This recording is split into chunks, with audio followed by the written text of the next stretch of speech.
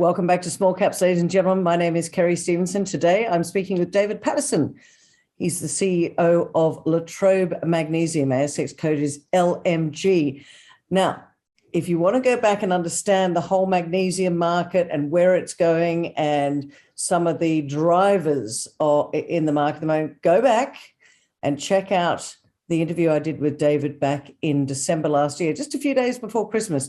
Gives you a really good, I guess, foundation for understanding Latrobe Magnesium, but also the magnesium market itself. But overall, they're making magnesium metal from fly waste ash out of the Latrobe Valley in Victoria through their proprietary process. So it's all pretty exciting. And there's some big news out with the way they're getting some of their long lead items already under control, and they're on budget. So it's an exciting time for Latrobe Magnesium. As I said at the beginning, ASX code is LMG. David, good to see you. Welcome back to Small Caps. Good to see you too, Kerry.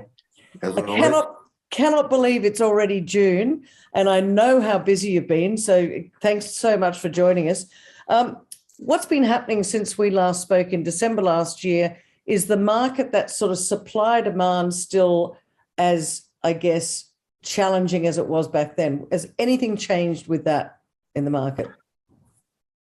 Supply's probably come back a little, and of course that's been shown in the price. But what is still there is those long-term problems that you're going to have in supply chains, and also with China, when you've got a lot of the production coming from semi-coking coal ovens as the offtake gases from those facilities, and they're getting closed. So you've got this, that's because of high energy use, high CO2 emissions, and that's the thing that the Chinese government from Beijing has cut down on.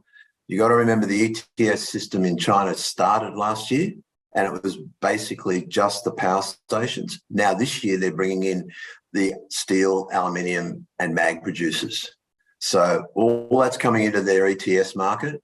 Their market went from $0 a cost per tonne of carbon credits up to $11 US, and they see that rising as they bring in these other players. So all of a sudden those costs are rising. So the fundamental costs in the pricing of mag, we understand, has risen probably from $2,000 US a tonne to $2.5, and this year it's even going to go to $3. So we don't see, from a forecast point of view, anything less than a 3 in front of the US price, 3,000 tonnes that is, for the US price, and it will probably oscillate between 3 to 4, we see.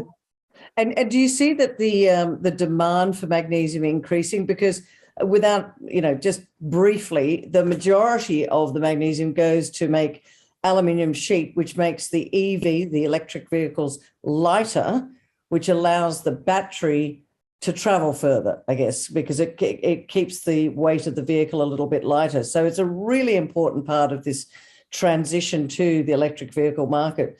So your particular process is very little carbon emission or zero carbon emission. In other words, what I'm looking for is, there are other people doing magnesium, but Latrobe Magnesium have got a proprietary process which potentially will be in higher demand. Yeah, well, what we have is our hydromet process, and at the moment we're running it off gas. So we believe, and what we've nominated is 7.5 tonnes to around 8 tonnes of CO2 per tonne of mag when it's running off natural gas, versus 22 tonnes coming out of China.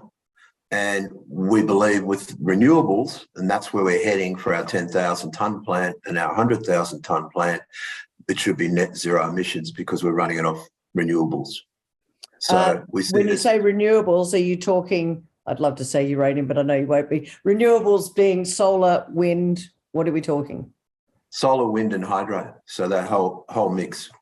But specifically in the valley, solar and wind, and then for offshore, it's either solar or hydro. So they're the places where, so we'll have renewables.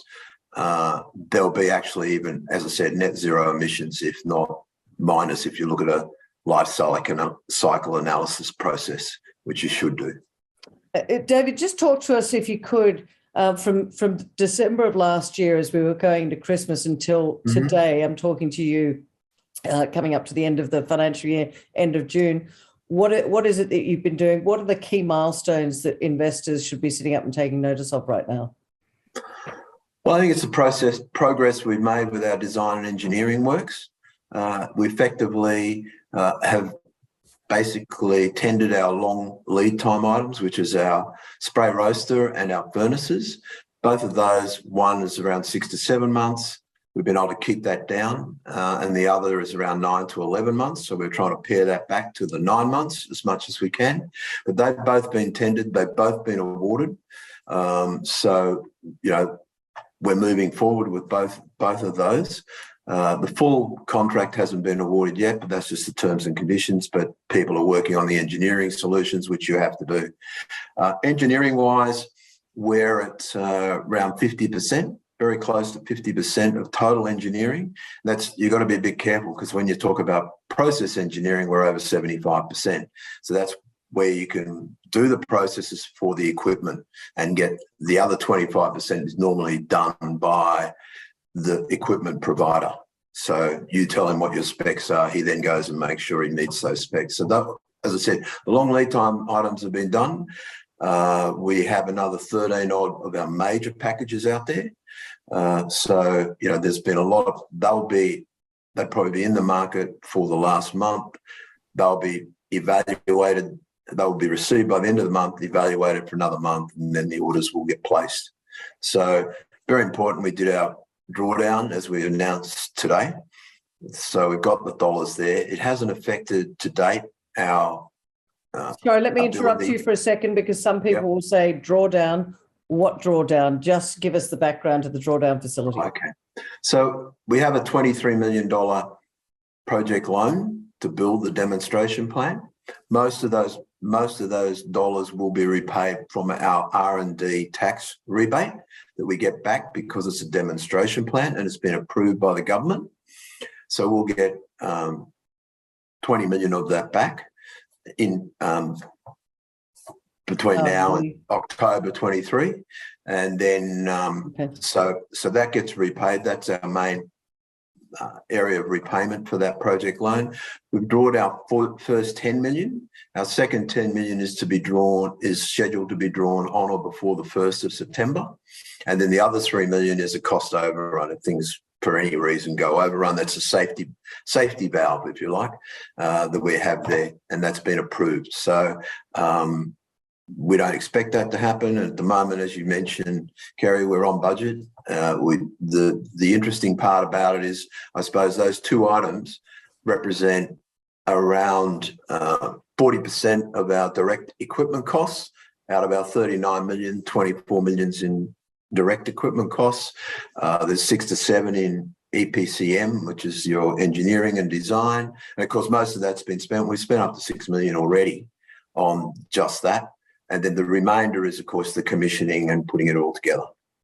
The plant, that is. Yeah, well, speaking of plants, you said just a moment ago, the 10,000 plant and the 100,000 plant. Yeah. Now, I think last time we were speaking, it was the 10,000 plant. When is that 10,000 ton plant going to be up and running? Yeah, we're looking to get the approvals of that as we move through the demonstration plant, and we get the data from the demonstration plant, which proves all our emissions are what we said they were going to be in the modelling, and that's how we had no objections at both council level and at EPA level for our initial approval. So we're looking to move through that approval process, probably in that commissioning period up to June next year, and then start building the plant. So that will be 12 months from there. So we're talking June 2024 delivery time for the 10,000 ton plant. Demonstration plant. Do you think the market's actually saying, well, excuse me, until the demonstration plant's up and running, let's just wait and see? Do you think that there's a certain trepidation there? I think from an institutional perspective, yes. We have a lot of people interested in our process and what we're doing, and they all like the story. They're saying, okay, make the story real. And what makes it real is a demonstration plan. That I think then will be re-rated at that point in time. And of course, the 10,000 tonne plant, we've announced that the revenues are 110 mil and the EBITDA is 42 mil. That's the projections at the moment. And if you look at those projections, it would represent a market cap 4 or 5 times what we are today. So there's plenty of upside in the company and the projects. That's not even taking into consideration the 100,000 tonne plant. Let's come to the 100,000 tonne plant in a second. By the way, ladies and gentlemen, David also has an accounting background. So just quietly, I think he knows his numbers pretty well. It's important, isn't it, to know the numbers, especially when you're doing a project as big as this? Yeah, I mean, you have to know where your targets are, and you have to know that you can hit those targets and you can hit your budgets. And I think that's very important. We have a team that's very focused on that, and they get shares in the company based on those performances. So they're very focused. They're very good at what they've done, and they've completed a lot bigger projects than what we're talking about. Some of the people have advised BHP, Rio Tinto, Alcan on big aluminium smelters as well as, so this isn't new to them. This is just what they see as the future. I was just about to say, David, what's so your board is a very strong board. And as you say, they've done big projects like this. What do you think attracted them to this company at the moment? Because, you said a moment ago, potential re-rate once that demonstration plant gets up and running. What has attracted the sort of talent that you've got to the board, do you think? Well, I mean, I know that everyone believes in the project, and we have a fairly conservative board as well, but they've all done sizable projects, all in excess of the $1 billion we're talking about for the 100,000 tonne plant. But what they love the story, and they love, I suppose, the environmental side of it as well, that you can produce a metal, a magnesium metal at close to net zero emissions if you do it properly. So I think that's the driving force. Similarly with the management, I mean, we've pinched our management from tier 1 players, Fleur, Worley's, Cleanaway, Rio Tinto, Pasminco, or Zinifex, I should say.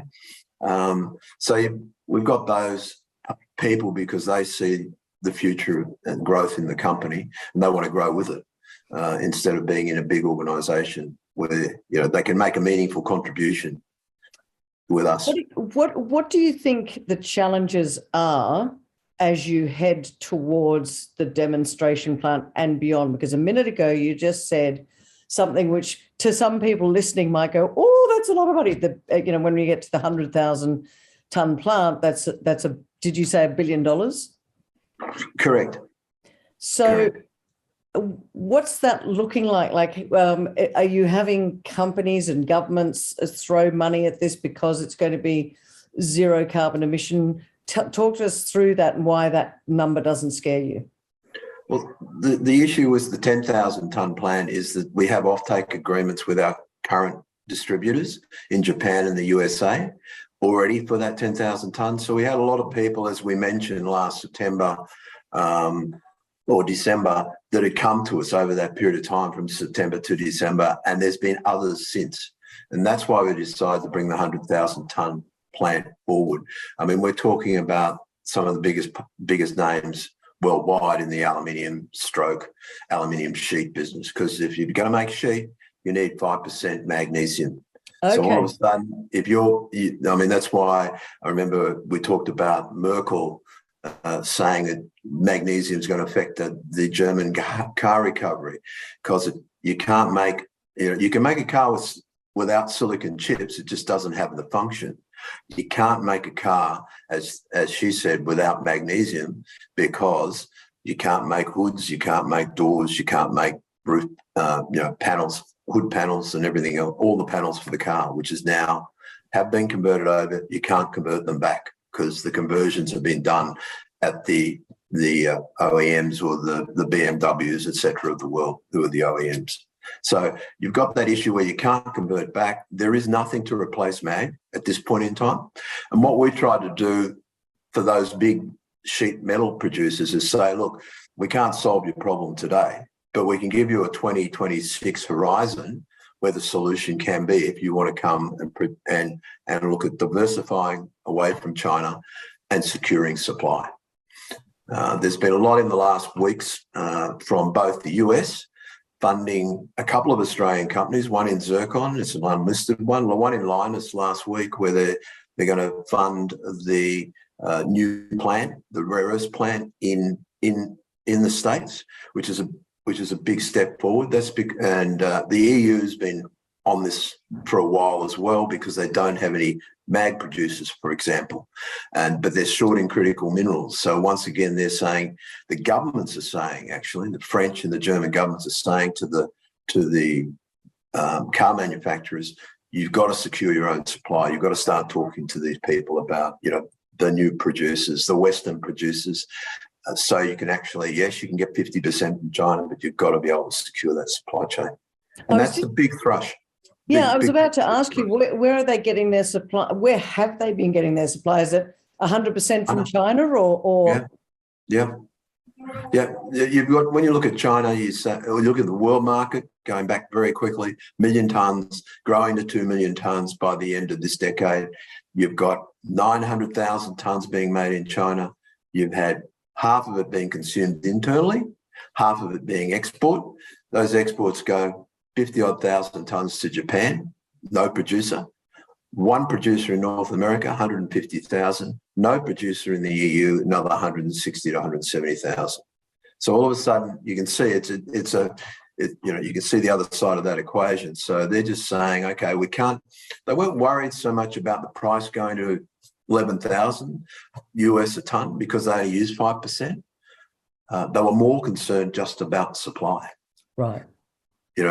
Because as I said, if they don't get it, they can't make their parts for the cars. So that was the real thrust, and our thrust as a mag industry was, if you don't solve the problem, then for your customers and within a time frame, then they're going to look for other solutions, and that was the biggest worry that effectively the mag industry had. We think one way of doing that is to at least show them that we're moving forward with the bigger plan, so they can come and join us. They can take off takes, and if they want to, they can participate as JV partners. So that's what we're trying to achieve this year. Can you shorten the time frame at all, or no, Kerry? We're doing it properly. We're making sure we get all the ducks in a row. Yeah, believe it or not, when you talk about 2026, that is a very short time frame for a project of this size, and we're a long way into it, because all our design engineering for the small plant, believe it or not, is not that much different for the 10 or 100,000. It's easily scalable. Okay. There's not a lot of technical risk because it's not a continuous process. So it's simplistically, it's getting bigger smelters, bigger vats. It's really the sections of the plant you just increase the size on. So really, the key is the demonstration plant. Once that's up, and when's that going to be up and running? We're saying construction March 23, commissioned by June. You allow 3 months for commissioning. So June 2023, the demonstration plant up and running. Up and operational, yeah. Up and operational. And post June 20, talk us through what happens next. So June 24, we then start really the construction of the bigger plant, the 10,000 tonne plant. Mm-hmm. And at the same time, we'll be doing through 24, we'll do the bankable feasibility on the 100,000. This year, we're doing a pre-feasibility study on that 100,000 tonne plant. And we've already tendered that and to a tier one player. Can you share who that is? No, not at this point in time. It's been awarded. You have to kill me, ladies and gentlemen. It has been awarded, but we also have to sign off on the contract. It's been negotiated, it's been agreed, but it has to be signed off. So once it's signed off, we're in a position to be able to announce it. But we went out to 8 tier 1 players because of the size of the project. Everyone wanted to play. A lot of people don't have resources to be able to do it within our time frame, which is the end of the year, by December, the end of the year, and the first part of it by August. So it's a fairly short time frame. And then 4 of them came back to us and said they wanted to tender that, which they did. And the other 4 said, keep us in mind for when you want to go to the next stage, is the bankable stage, because most of them like the project. So we've ended up with probably the 2 that we wanted to, and we had a final 2, and I think we've ended up with the best. Of course. Both technically and on price. Now, it's important for our audience to understand where you're getting the fly ash from. It's out of the Latrobe Valley, from that coal fire station.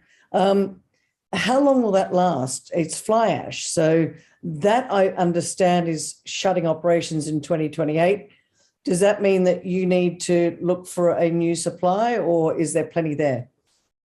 No, the Yulon Power Station has been operating for quite some time, probably 40 to 50 years, and they will make enough. They'll make 2 million tonnes worth of fly ash before they close, just from their existing operations. So the 2 million tonnes of fly ash is enough for us to run the 10,000 tonne plant for 20 years. Oh. To give you an idea of size, they actually burn 20 million tonnes of fly ash, and they make about 2% per annum. So they can make up to 400,000 tonnes of fly ash per annum. What do they do with it at the moment, David? The fly ash? They put it into a landfill. So the beauty about what we do is we take it out of that landfill, and of course, fly ash is it's like a powder. So It's very, very fine. If it's not kept watered, there's usually a lot of water in it. So if it's not dampened down, it can take the air and it can cause problems in the lungs, a little bit like asbestosis. They call it silicosis. So, that's one thing we're cleaning up the valley. We're also making, of course, not just magnesium, but we're making 4 or 5 other products, which are all very good products, which were CO2 friendly because there's no CO2 in it.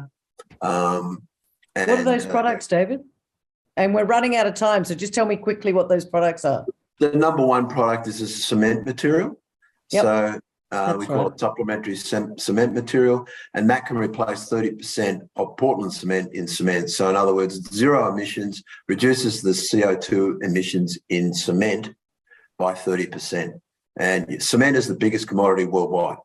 Usually makes 1 tonne of CO2 per tonne of cement. So if you reduce that by 30%, that's a meaningful figure. So hang on a second, just get my head around this. So you're making the cement using the fly ash? The cement comes through the fly ash. That's one of our things that we make out of the fly ash. You can't make things that aren't in the fly ash, but there's calcium in the fly ash, calcium oxide, and cement's made from limestone, which is calcium carbonate. So we make it from an oxide, so we don't emit the CO2. It goes up there the first thing when you start making cement. So all of a sudden we're using, it's the feedstock is CO, calcium oxide, and mag oxide. Most people, when you make magnesium, start with a mag carbonate, MgCO3, and with cement, it's a limestone, CaCO3. So as soon as you heat it up, it pushes up the CO2. We have a walk-up start because it's in our feedstock. If it ain't in the feedstock, you can't make it. So we're just making things out of what's in the feedstock and making it a valuable item and recycling 100%. I knew I should have listened more to my science teacher when I was at school. David, it's really interesting. You're getting there. I think the key is this demonstration plant. Right now, your share price has come back quite a bit. Any comment that you'd like to make about that and going forward? No, I think it's just performance. We have been around a while. And I think people are just going to now track our performance. That's what we're asking them to do, and the institutions as well. So, we're only 100 mil. If our share price doubles back to where it should be, which is around the 10 cents, I would say today, then we'll get to 200 mil.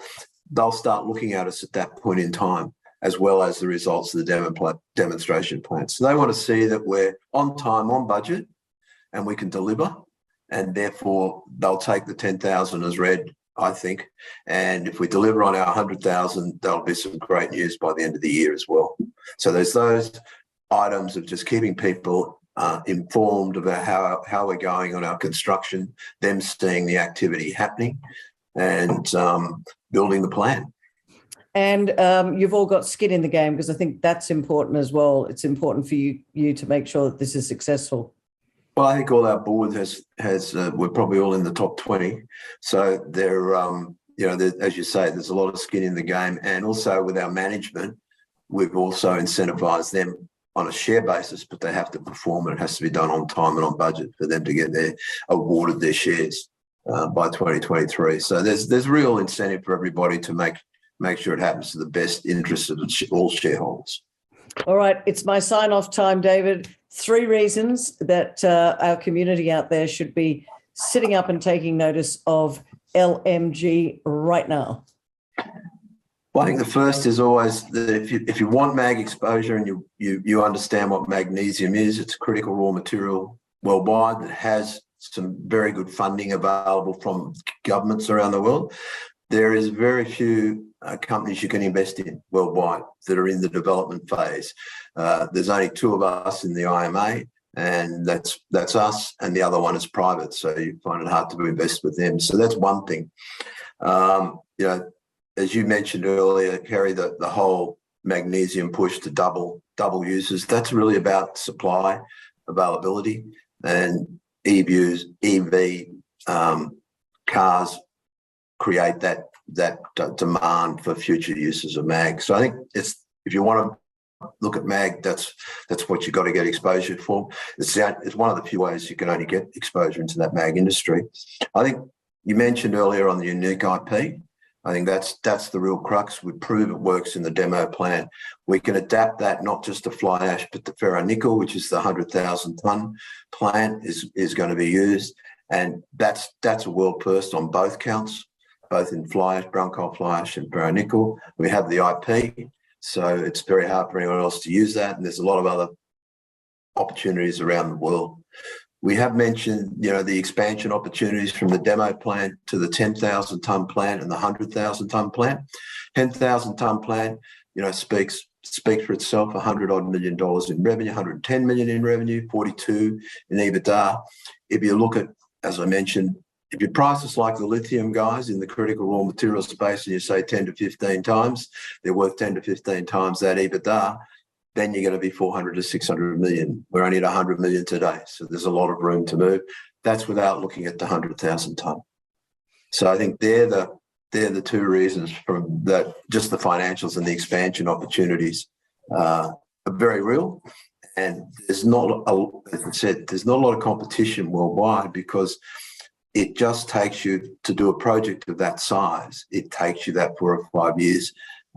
That's not starting from scratch. We're starting, a whole design and engineering team being built around it. So we've got a lot on a walk-up start compared to any other project if it's just coming up or trying to get out of the ground today. Well, it's really exciting, and I commend you on getting fly ash, making it into a product that is a critical mineral required around the world. Love that. Cleaning up the landfill, allowing these cars to be built when there is clearly a need for the product that you're building. I know that you actually had a brick, because, ladies and gentlemen, it's very important you should know this. They're actually made into bricks. The bricks are packaged and then shipped off. And it's almost like, think of it like a gold brick or a silver brick, but it's a magnesium brick. That's correct, isn't it? Correct. That's you call it an ingot. So we made our first 1 kilogram ingot a couple of weeks ago out of the whole process from your lawn fly ash. So that's a first in Australia. Well, next time I see you, let's get one of those ingots, even if it's a photo. I want to see it. Okay. David Paterson, CEO of Latrobe Magnesium, thank you so much for joining us. giving us an update on small caps today. Ladies and gentlemen, cleaning up, no CO2, really exciting project. Check them out, ASX LMG. Make sure you do your own research. Thanks, David. Thanks, Kerry.